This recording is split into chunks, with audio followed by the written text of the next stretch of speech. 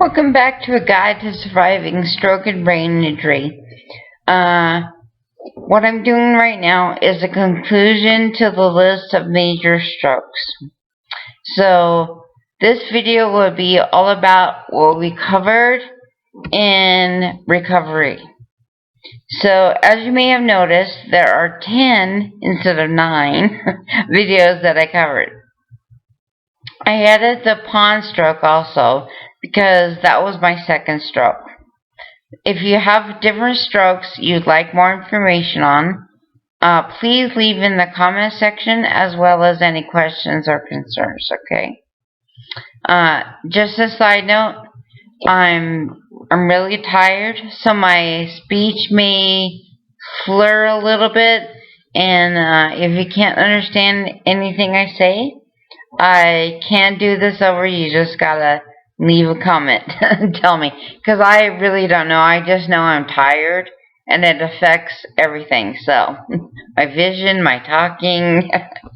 So I wanted to do this list to show you similar yet different strokes people may have, to show you why it's important to know which kind of stroke you had so you can form a plan for your recovery.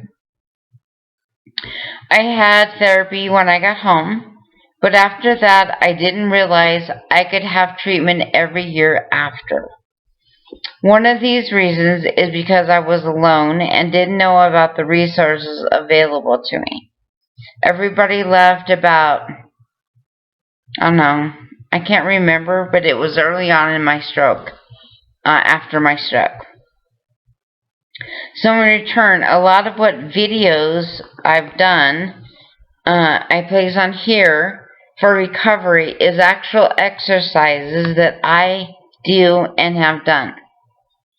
I found a lot from researching.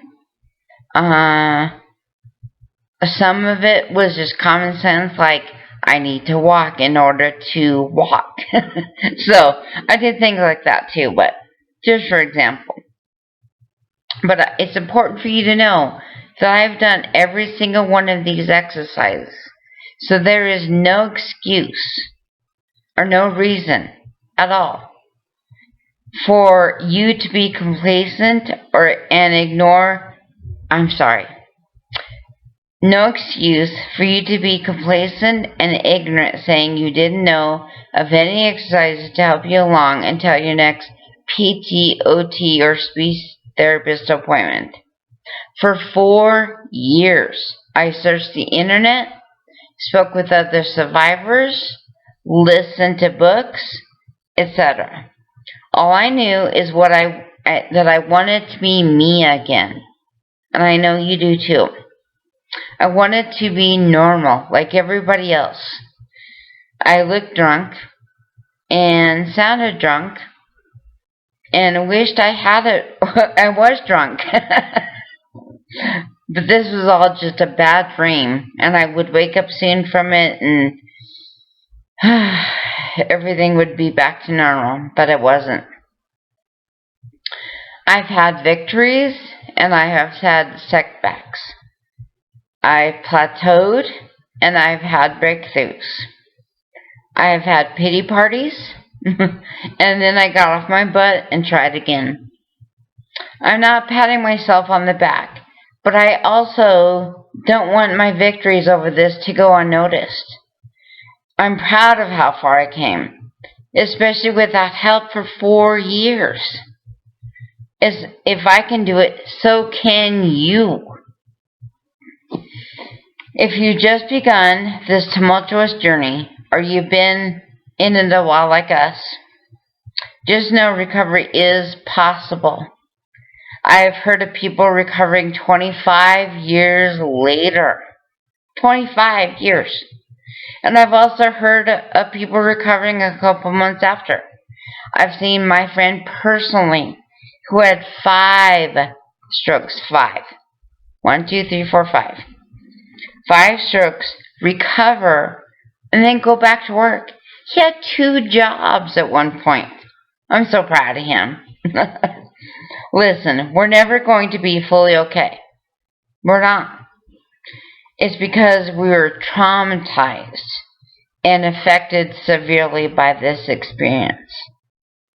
But things can get better if we never give up. And it's a daily routine.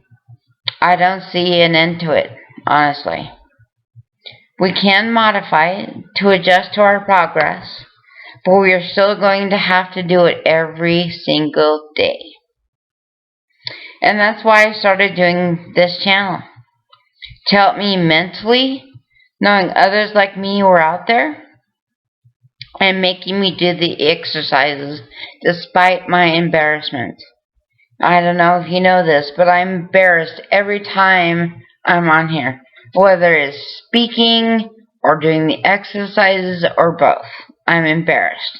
But I continue to do it because it's important. Because I know I was alone and didn't realize I wasn't alone in this until I reached out, saw YouTube videos, I went to survivor groups, I met other people who have had strokes. I mean, there's so much more out there, and you're not alone. You're never alone. If you ever feel like you are, comment, call me, and we'll talk. I promise. But caregivers, family, and friends. If your stroke survivor doesn't have access to the internet or books to learn about strokes, or doesn't have help getting the medical needs, yes, I said needs, like a neurologist, physical therapist, an occupational therapist, a speech therapist, prosthetics, like for foot drops, grab bars, etc. I can go on and on if you let me. But the key point here is it's your responsibility too. You need to help give them access to these things. Or do the research for them. I know there for a while I could not text or type, and that was partially because of my vision and partially because of my right side was paralyzed. So I couldn't do that. If I would have had somebody help me, that would have made things so much easier for me. But I still did it. No excuses. I wanted it that badly that I would take an hour to type out, strokes, for example. Your responsibility does not end at feeding and dressing them.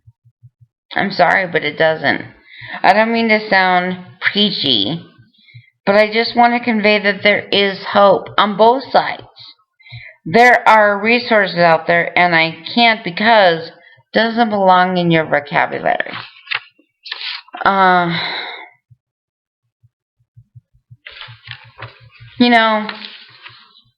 I have no experience with a caregiver being around during my trials and tribulations. But I would assume, and correct me if I'm wrong, it would be beneficial for you also if they would become more independent, if they would become less needing you to grab things for them or get things for them or feed them or change them or, go for walks. I mean, wouldn't you want that for them too? So it benefits both sides. It really does. And now that I can talk and I can express myself, I wish to God I had somebody to talk to on a daily basis. I really do. I have, 3 cousins and 2 friends that are wonderful.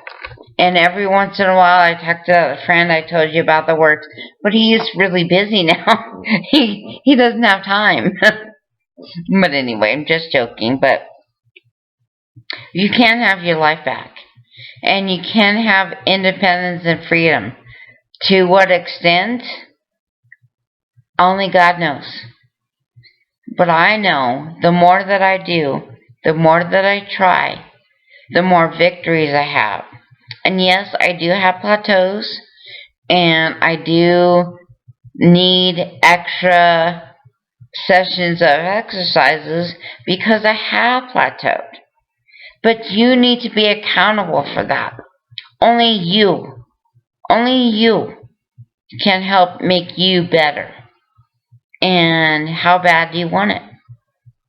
And how bad do you want to research the resources available to you? You can't use that excuse, I can't because. It's up to you. So with that being said, I am living proof. I'm not there yet, but I'm living proof that you can get better. You can speak better. You can walk better. You can use your affected limbs better. Now, I still can't write or eat with my right hand, but my right leg is pretty normal, as I can walk better. Even though I still walk a little drunk and sound drunk, but like I said, I wish I was drunk. Make things so much easier. But anyway, celebrate every victory, big or small. Never give up hope or faith. Leave your comments and questions down below, and I hope to hear from you soon. Talk to you later. Bye-bye.